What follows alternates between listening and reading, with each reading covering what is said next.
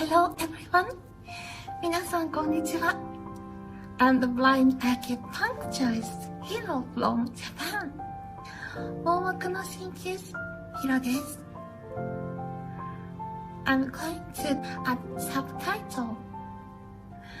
今日は自己紹介をしようと思います。まだ自己紹介はしていませんでしたね。今日は、生まれてから大学を卒業するまであたりをお話ししようかなと思います。私は札幌生まれです。1973年の6月に生まれました。ですから年齢は48歳です。年齢を言うのは恥ずかしいです。これは日本人的な感覚かもしれません。私の視力が、問題があると気がついたのは、私が3歳の時、遊びに出かけて帰ってきた時に、玄関の前の柱にぶつかったことで母がおかしいなって思ったことがきっかけで大学病院に行って私の目の病気が発覚しました。網膜色素変性症というものです。この病気は基本的には思春期とか大人になってから病気の症状が始まってしまうという難病なんですけれど、私のタイプはちょっと珍しくて、子供のうち、それから視野の欠損場所というのもちょっと特別で、私は視力がとても出る網膜の中心部から網膜の着色というのかな、色素沈着というのが始まってしまうという病気にかかってしまったというか、発症をしました。で、私の目の状態というのは他にも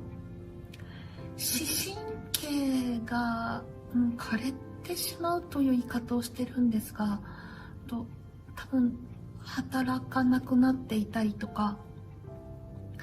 眼球失調といって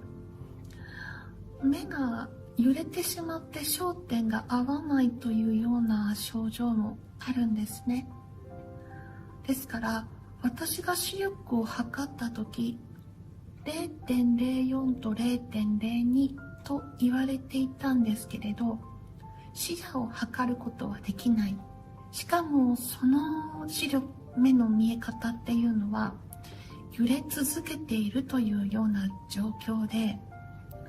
そんなにちゃんと物が見えているという状態ではありませんでした。それでも私の母は私に見えるという経験をさせたいと思ったようで、弱視学級に通わせて普通の学校で学ぶという経験をさせてくれました。ただ私の視力ではやはり授業についていくことができないということを親は心配し始めて、小学校の途中から盲学校に転校しました。そこで、点字を使い始めました。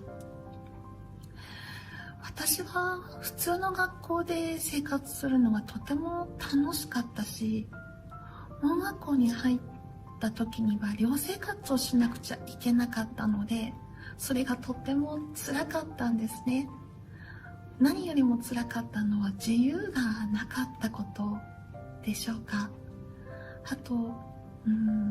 普通の小学校だと子どもたちがたくさんいるのに、少ない子どもたちの中で、小さなコミュニティの中で生活しなくちゃいけないっていうのもちょっと寂しくて、どうして私はここにいなきゃいけないのかなって苦しくてたまらない思いにいつも駆られていたという記憶があります。学校の中では友達もできたし、いろんな表現方法かな、人前で話したりとかっていうチャンスはとても多かったので、そういうことは楽しかったんですけれど、心の中にいつもそういう痛みがあったことを覚えています。私の視力なんですけれど、私が思春期の頃に下がり始めたと親は言っているんですけれど、その頃私はあまり自覚がありませんでした。中学を卒業した私は東京にある盲学校に進学しました。こちらの学校の方が大学に行きやすいかなというようなことで、私は進んだような気がするんです。高校生活はとても楽しかったという記憶があります。何よりも東京で、友達と遊びに出かけたりするのが本当にワクワクしたなっていう思い出がたくさんあります。で、ここの学校に来て私は初めて自分の視力が下がっているかもということに気がつきました。特に色がわからなくなってきたと感じました。もともとわかる色の数というのはそれほど多くなかったんですけれど、どんどん世の中が白黒になっていくような、色が褪せていくような、そういう感覚になって、とても怖いな、視力を失うのは嫌だなっていうふうに思っていた気がします。この後私は大学に進学します。大学は京都にありました。京都に行ったのはどうしてって聞かれると、それはいろいろ事情があって、本当は東京にいたいとその時は思っていたんですけれど、結果的に日本の文化のいっぱい詰まったそのことで勉強できたことは本当に良かったなって今思っています。大学の専攻はなぜか哲学を選びました。で、これもどうして哲学って言われると本当に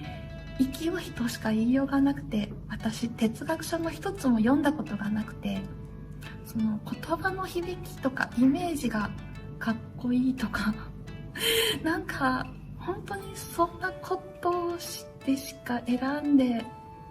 なかったので、勉強を始めた頃は本当に自分が内容を理解できないことにとても焦ったという記憶があります。仏教系の大学だったので、私は仏教と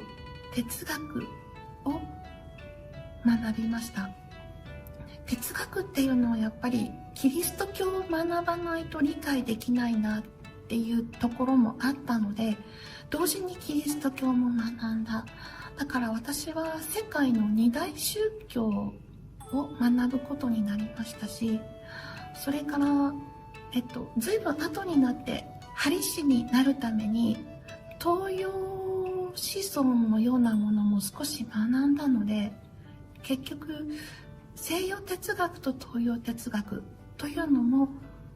学べているんですね。そういう面で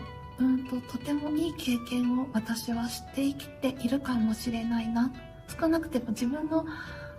関心っていうのはやっぱりそういうところにあるかなっていうのを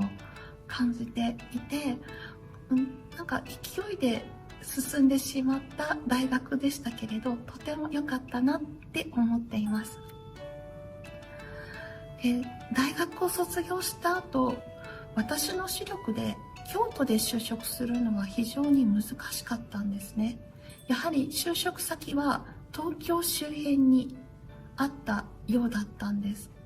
それで就職を見据えた上で大学院に進学するという計画を立てました。これは海外ではあんまりないかもしれないんですけど、日本では、卒業したての人が就職しやすいということもあったんですね。そんなこともあって、関東周辺の大学院に進学をして、障害児教育、視覚障害児の教育方法について学びました。で、この、大学院1年と2年の間に私は留学をしています。米国への留学だったんですけれど、1年の予定がちょっといろいろありまして、2ヶ月で帰ってきました。これは私の大きな心の傷になっているし、あちらで経験したことっていうのも苦い思い出として残っています。もう少しちゃんと、調べなきゃいけなかったかなとか、いろいろ後悔はあるんですけれど、この経験っていうのも自分を成長させたり、人の痛みの分かる人間になるという、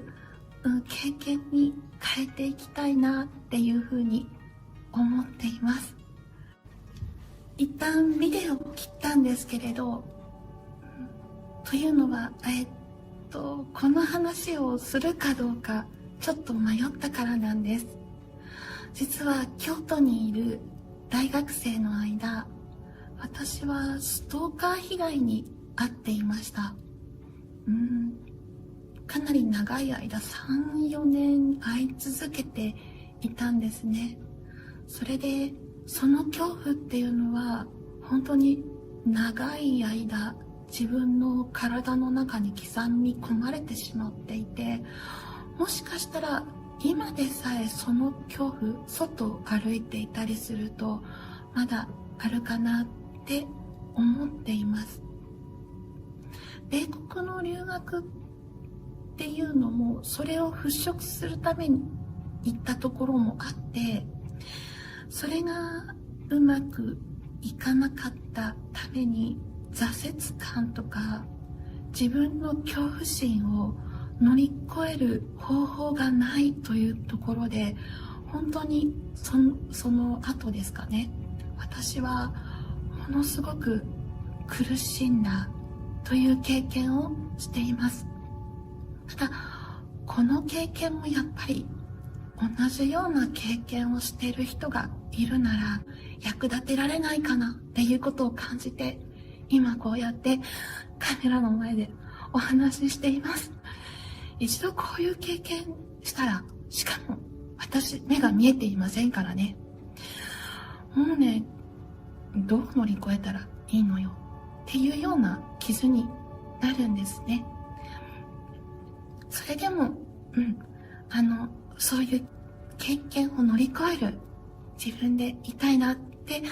思っています。これが私の大学院卒業までの履歴です。で、ちょっと長くなりそうなので一旦ここでお話を切ります。ではまたお会いしましょう。See you again soon. Bye.